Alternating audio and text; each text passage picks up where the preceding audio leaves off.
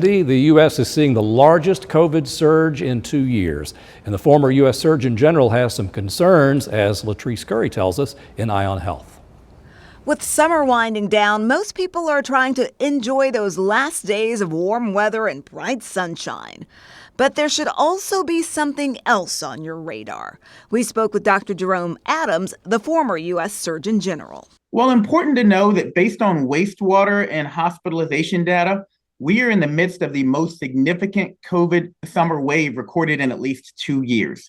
Dr. Adams says this is a vital reminder that COVID-19 hasn't gone anywhere and continues to impact people of all ages. Hundreds of people still dying from the virus every week, even though we want to pretend that COVID is in our rearview mirror.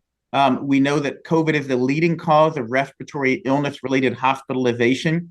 With more and more people thinking COVID-19 is in the rearview mirror, they are now comparing it to the flu. But that can be a big mistake. People often want to compare COVID to flu.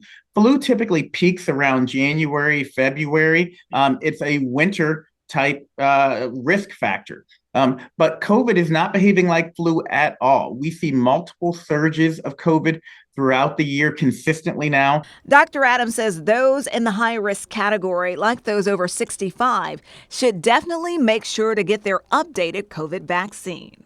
These are folks who have diabetes, people who are obese, people who have high blood pressure, or if you're like me, I have asthma.